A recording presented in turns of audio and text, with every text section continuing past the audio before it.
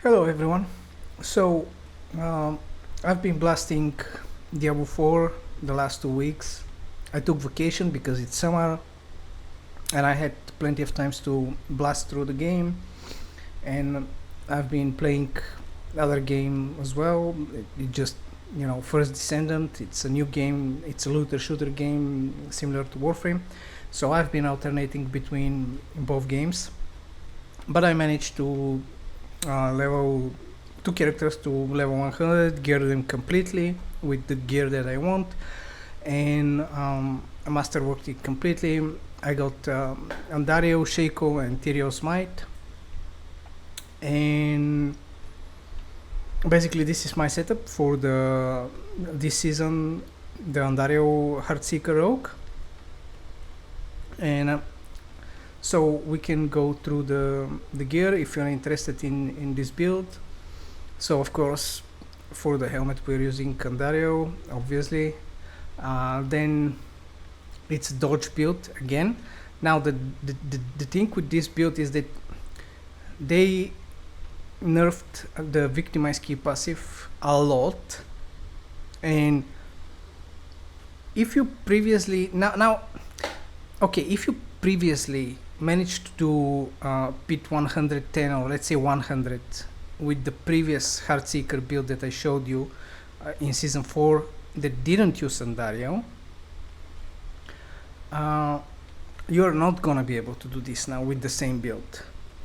And it's not because the build is bad, the build is min-maxed, but the key passive is nerfed to the ground that you cannot do anything than 85 plus probably. I mean, I tested it in 90, it was completely undoable.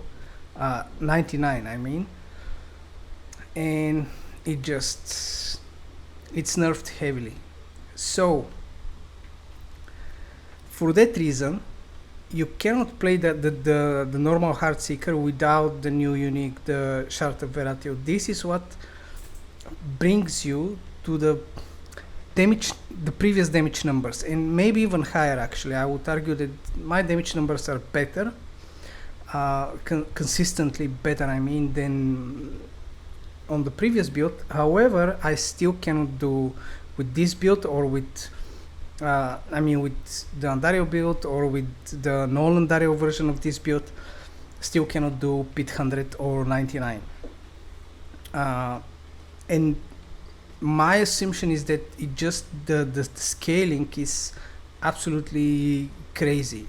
The health scaling, and it's not just because this build. I'm using Chain Lightning build. I'll do probably another video when I upgrade the last. I just have to upgrade the boots and then test it in PvP.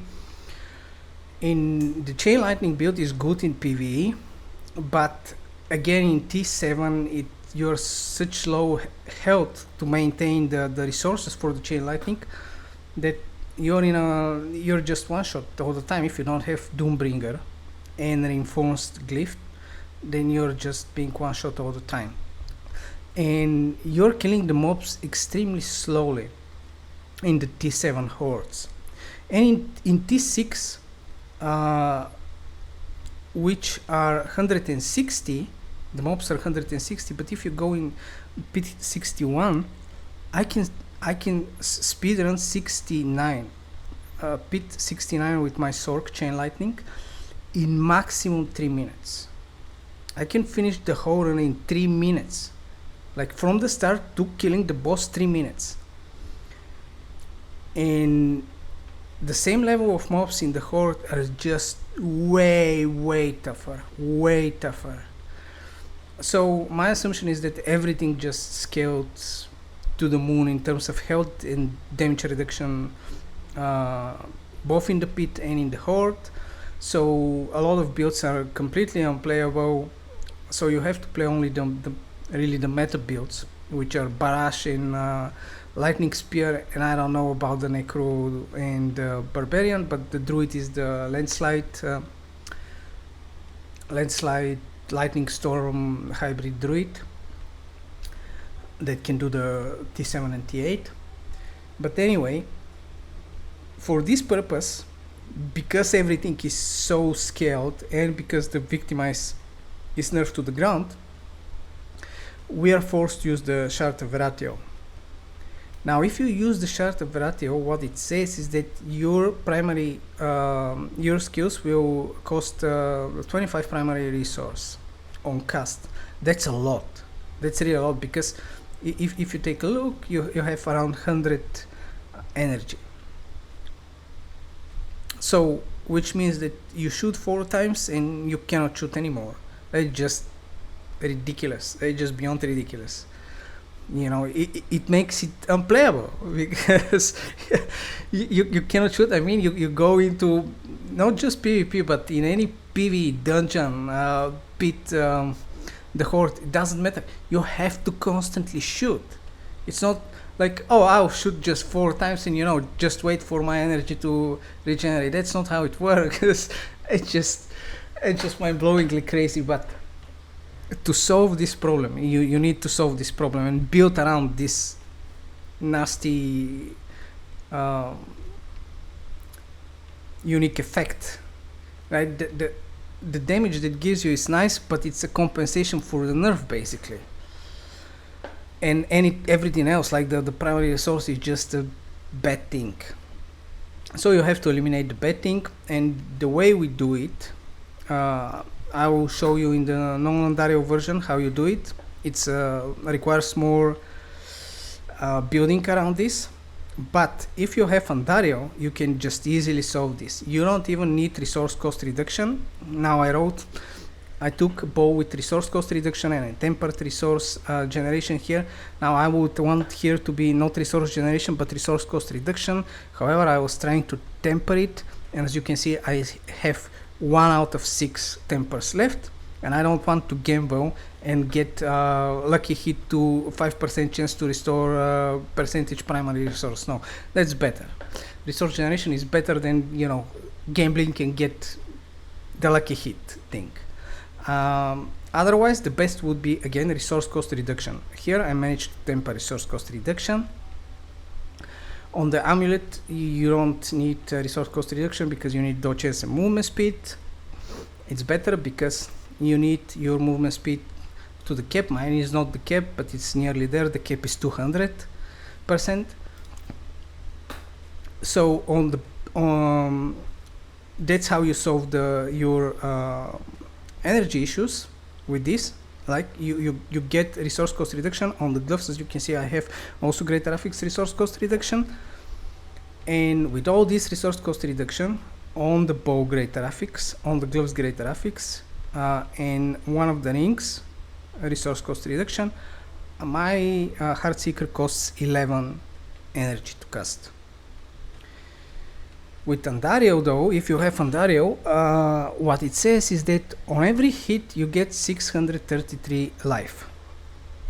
And then when you put Starlight on your ring, it says gain 40 of your primary resource for every 20% of your life that you heal. So here we are at the dummy. Now, as I showed you, I have the Starlight, and what will happen is that I shoot, and as you can see, my energy is always up, right?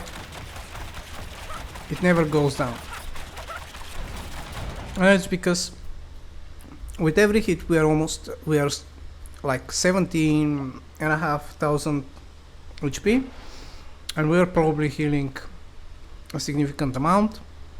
So on every hit you're getting 40 of your primary resource, and then with the chest, so on the chest you want dexterity, max 5 armor, and tempered dodge chance, then chance to freeze, and the dexterity here should be great graphics, because you need to stack dexterity because it's a dodge based build. The reason why it's dodge based is, well, first because dodge is very good for PvP, but also because you are running low life, and you have to run low life because of Andariel.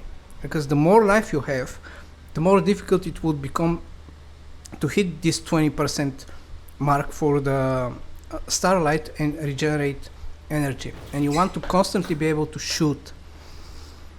So in that case, dodge build is very nice way to provide a very good survivability and still allow you for the build to run, without worrying about your energy resource.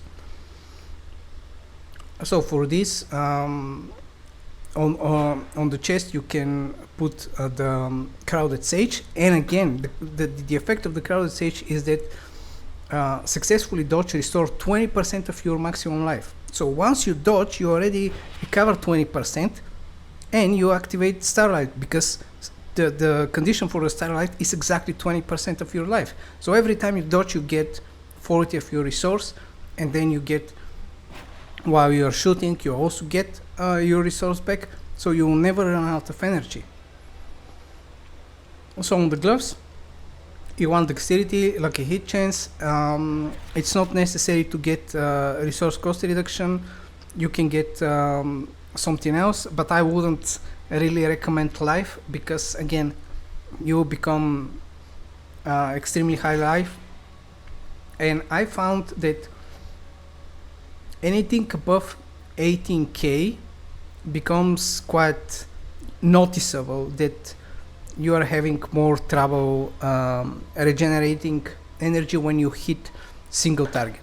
And at least half of the time in the PvP you will be fighting just one person, and maybe there won't be mobs around it, although the Heartseeker can ricochet to another enemies. If there are no enemies, the more life you have more trouble regenerating the energy, especially if you are not using resource cost reduction affixes. So if you are not going for resource cost reduction, I wouldn't recommend life on the gloves. You want to hit like 17k or maximum 18k life. So for this, you want to temper chance to slow or whatever else, but so you need chance to freeze on at least 2 or 3 pieces of your gear, but I would recommend 3 pieces, and then some other on the gloves. It's nice to have chance to slow, because chance to slow usually rolls with pretty high range of probability, so just one temper can actually give you very nice chance to apply this crowd control effect. And then on the other ring, as you can see, we are running the new aspect, the Creeping Dead, which says that you deal 20% increased damage over time to enemies for each different crowd control effect they are afflicted by. But we will get back to that in a moment. So for the pants, again, I'm using dexterity, max wife, dodge chance, and temper dodge chance, and again chance to freeze. So the aspect here is assimilation for more dodge chance. I forgot to say, on the gloves we are using the Edge Master, because you will always have this 20% or nearly 20% increased damage, because you will never run out of energy. You always have almost all the time you will have the max energy, so it's no brainer to not take this. Then on the boots we are using dexterity, movement speed, dodge chance, and again chance to freeze, and tempered movement speed, and we are using the concussive strike aspect for more crowd control. So now we have daze, freeze, and slow. That's 3 crowd controls. And on the ring, because we are using Creeping Dead, that means that if we are able to apply all of them, that's 60% increased damage over time. That's insane. Now when it comes to the jewelry, on the rings I'm using Dex and lucky hit chances greater affix than resource cost reduction. But again, you don't need resource cost reduction. You can get vulnerable damage here, or just damage. Damage would be better, I think, or vulnerable damage, they both scale for damage doesn't scale your victimize, but maybe vulnerable damage would be better because it scales both your poison damage over time and your victimize. So in this case vulnerable damage would be better. Then you temper vulnerable damage as well, and then you can temper resource cost reduction, because anything else that you can temper is just cooldown of your abilities, which is not bad, but you can temper cooldown of your mobility skills if you prefer that. So for the other ring, you want at least one greater affix. So either you can replace the resource cost here with a greater affix of this chance to make enemies vulnerable for 2 seconds, or you can get it on the ring. If you get it, but it's better to get it on the gloves, I think, because then you can get vulnerable here, temper vulnerable, and again either you temper resource cost reduction or cooldown to your mobility skills, and then again dexterity and lucky hit chance. But the lucky hit to make enemies vulnerable for 2 seconds should be greater affix and should be either on your ring or on your gloves, because this is the, maybe the amulet can roll it as well, but you don't want this on the amulet. On the amulet you want dexterity, greater affix percentage dexterity, that's for sure, because you know it's a dodge based build, and every 100 dexterity gives you 1% additive dodge chance, which is a lot. So you want percentage dexterity as greater affix, then movement speed, temper dodge chance and movement speed, and total armor, because that's how you solve your armor. And on the pants, on the here on the chest, so you can either get it on the chest or you can get it on the pants. You need one affix with armor, and then total armor, percentage total armor on the amulet, and you can solve your armor without using Juggernaut. And you don't want to use Juggernaut because you want to use other defensive aspects. So on the amulet we are using adaptability. On the ring, I already said Starlight and Creeping Dead. Now for the bow, again I'm using this one, but you don't need resource cost reduction if you're using Andariel, right? You don't need a resource cost reduction anywhere if you're using Andariel. But if you are not using Andariel, resource cost reduction is a must. So for this I'm using dexterity greater affix. You want dexterity to be greater affix. You don't care if there are other greater affixes or not. Just one greater affix dexterity is enough for all the content in the game. Like again, this build can do like T7 Horde or High Pit, but usually if you're playing good build, like let's say Barrage, dexterity, one greater affix dexterity is more than enough.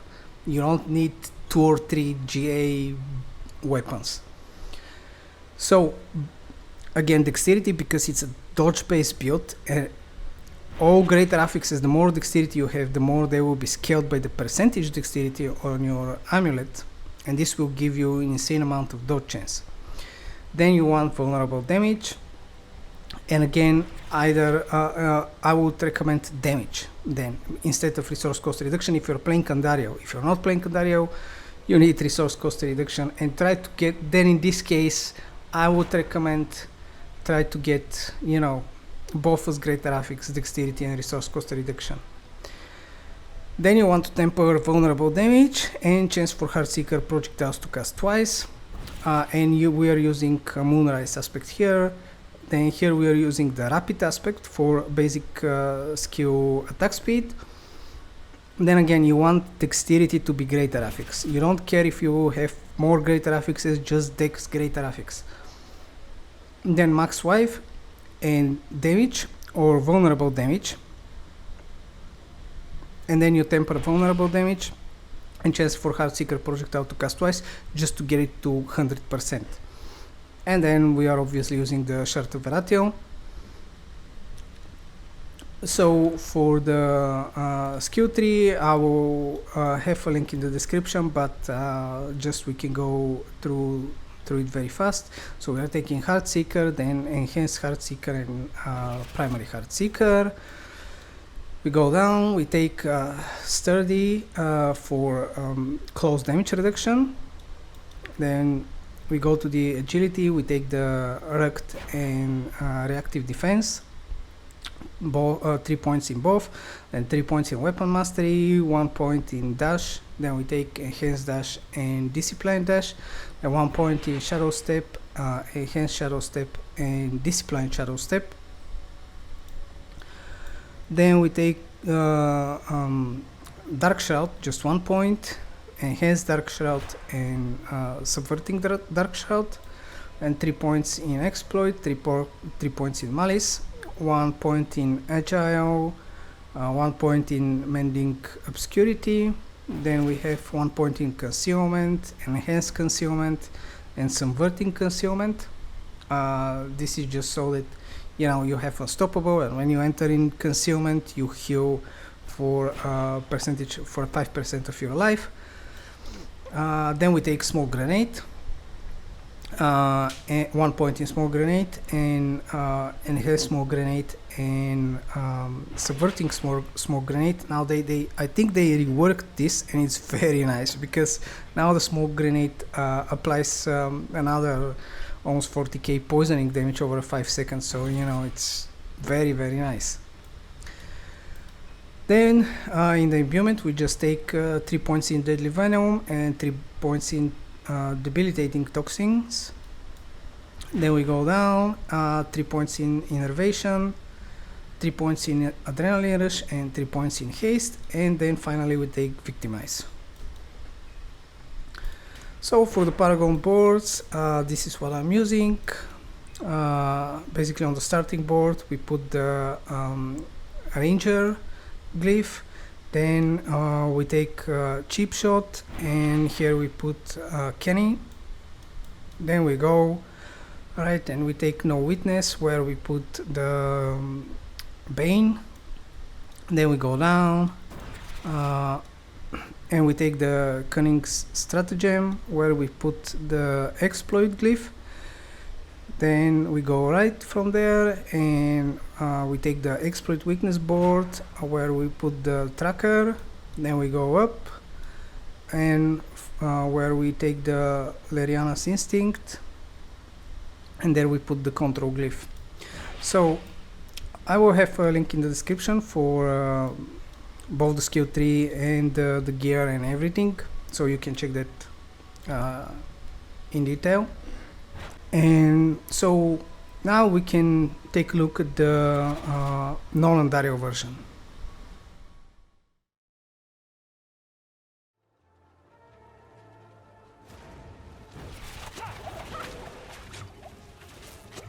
I'm not ready yet.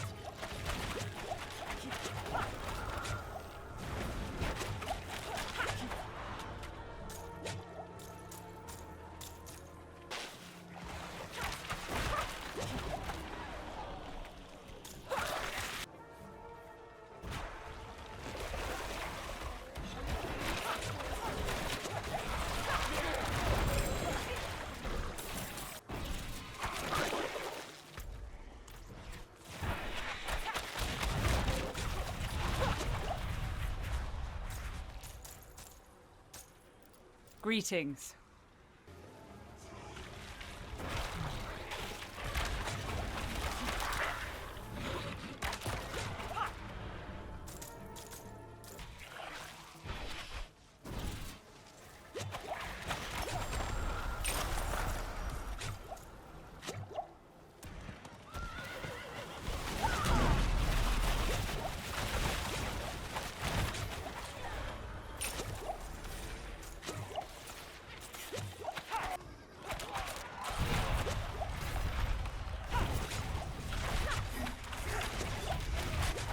I'm not ready yet.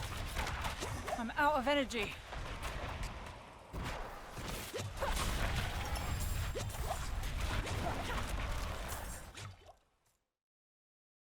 Okay, so for the Non-Andariel version of this build. I'm basically using everything, like the gear is the same, the aspects are a bit different, and of course the helmet. So for the helmet I'm using this one with the aspect of might on it. Now the important thing on the helmet is the dex to be a greater affix. You don't really care about if the max wife is greater affix, although it would be nice. And then try to get some resistances, because then you can complement the missing resistances with on the jewelry with gems. So the thing is that without this I have 75% dodge chance, no 76, but if I get out of the town, for example, you see that my dodge chance increases because it's bugged and it doesn't count one of these affixes, either this one or this one, I'm not sure which one, but one of them is not being counted unless you're outside of the city. So when I get out of the city it's 88.5%, but if I put the helmet back it becomes 97%, which is in the bullshit territory. That's way too much in my personal opinion, you know, because look, this is what we are talking about. I mean, I can sit all day here and they'll probably never hit me. So that's kind of unfortunate, because I didn't expect, you know, when I temper this, I temper the dodge chance and of course some crowd control effect. I wanted chance to freeze, but chance to slow is actually fine, because then with the Andariel you put the aspect for the different crowd control effects. The more different crowd control effects you have, the more damage over time the enemies will take.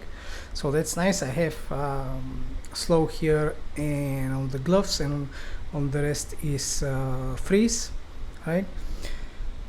But I didn't expect that the dodge chance will get such crazy amount.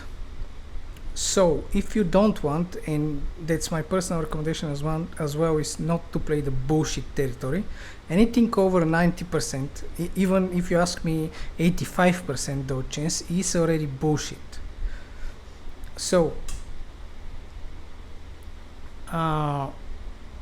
if you don't want to play the bullshit, just don't temper dodge chance, temper something else like wife or whatever.